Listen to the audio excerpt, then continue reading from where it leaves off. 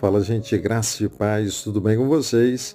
Começando então o nosso devocional diário, espero que você esteja muito bem do outro lado, que você tenha um dia muito abençoado aí pela frente e que Deus abençoe ricamente a tua vida, toda a tua casa, que Ele derrame sobre você uma paz que excede todo entendimento. E para você que é novo por aqui, seja muito bem-vindo. A gente fala sempre sobre a vida e hoje eu convido você a refletir comigo lá no livro de Provérbios. A gente começa pelo versículo 5 do capítulo 3. E a palavra de Deus, ela nos diz assim, ó: confie no Senhor de todo o coração e não se apoie no seu próprio entendimento. Amém?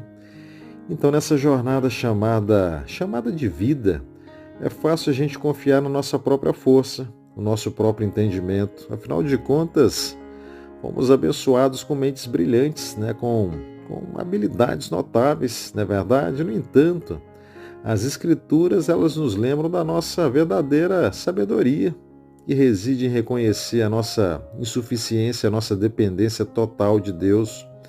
E essas palavras de Provérbios que a gente acabou de ler, elas ressoam como um chamado para que a gente possa colocar de lado todo o orgulho intelectual e reconhecer a nossa fragilidade humana, porque no tumulto de uma era repleta por avanços tecnológicos, né, como a gente nunca viu na história, sem precedentes, é fácil da gente se desviar da verdadeira sabedoria, da gente se entregar à ilusão da autossuficiência.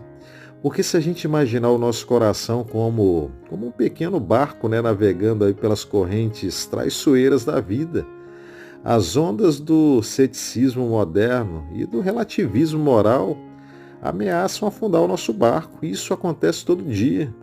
Porque se o nosso único farol não for a palavra imutável de Deus, meu irmão, as dúvidas e incertezas da vida vão fazer com que a gente não encontre forças, razão para a gente continuar. Porque não existe nada de mais deplorável do que uma pessoa que, apesar de inteligente, confia apenas no seu próprio entendimento. Porque a gente vive dias em que a arrogância intelectual tem sido exaltado como virtude. E olha só, Jesus ele nos ensina algo totalmente diferente disso. Quando a gente vai lá para o livro de Mateus, lá no versículo 26 do capítulo 16, olha só o que Jesus diz. Pois que adianta o homem ganhar o mundo inteiro e perder sua vida? O que pode dar o homem em troca da sua vida? Então, assim, a nossa busca desenfreada pelo conhecimento, quando desvinculada de Deus, é uma jornada fútil, que culmina apenas no vazio existencial angustiante, porque sobre a nossa condição humana é como cegos guiando cegos, né? Sem a presença de Deus, sem a orientação do Espírito Santo. E o que a gente vai fazer é tropeçar no escuro, é perambular pela vida incapaz de poder discernir a verdade das falsas filosofias vazias. Lá no livro de Salmos, lá no Salmo 119, a Bíblia diz que a palavra é como lâmpada para os nossos pés, é luz para o nosso caminho, é ela que nos dá a boa direção. Porque quando a gente permite que a palavra de Deus ela ilumine os nossos caminhos, a gente caminha com confiança, né, livres do fardo pesado da autossuficiência, que acaba nos iludindo, fazendo com que a gente ache que nós somos bons demais, suficientes, melhores inclusive do que os outros. E tudo isso motivado pela arrogância do nosso muito saber.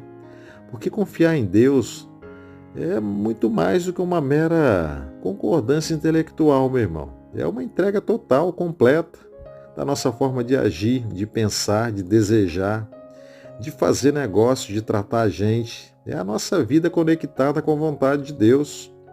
Quando a gente vai lá para o livro de Jeremias, lá no versículo 9 do capítulo 17, de um texto que a gente conhece bem, a palavra diz assim, ó: o coração é mais enganoso do que qualquer outra coisa e a sua doença é incurável. Quem é capaz de compreendê-lo?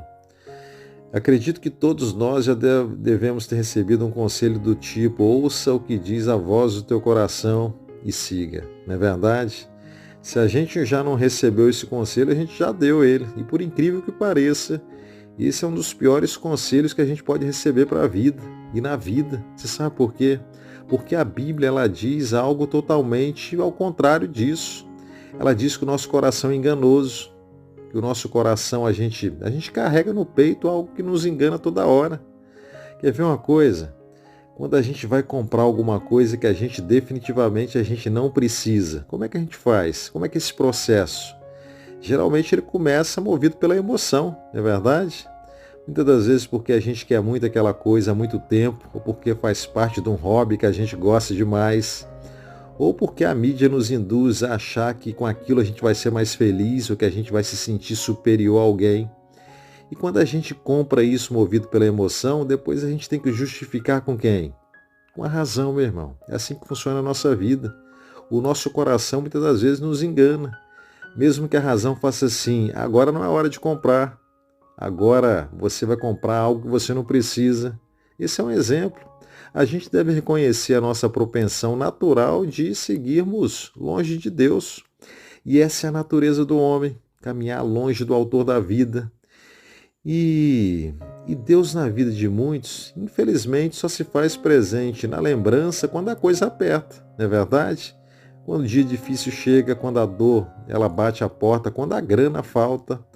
Mas a vida ela só faz sentido de verdade mesmo quando a gente se rende completamente a Deus, onde a gente encontra a verdadeira paz, uma paz que excede todo entendimento. E tem uma coisa, quando a Bíblia diz que a gente não deve nos apoiarmos na nossa própria inteligência, isso não significa o abandono da razão, não, de jeito nenhum, mas sim a submissão, uma submissão humilde das nossas mentes finitas, a infinita sabedoria que vem do alto, que vem de Deus, porque assim como um viajante ele confia no seu guia experiente para poder entrar por lugares desconhecidos, a gente confia no Senhor. A gente confia em Deus, o nosso guia infalível, em todas as circunstâncias da nossa vida. Então abrace mesmo essa liberdade de poder depender de maneira inteiramente, naquele que é o caminho, que é a verdade, que é a vida, que te leva para um bom lugar, para um bom caminho. Então guarda aí no teu coração, eu espero que produza bons frutos. Não esquece, amo vocês em Jesus.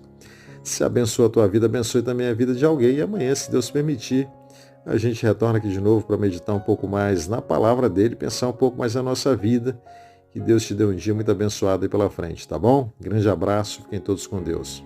Tchau, tchau.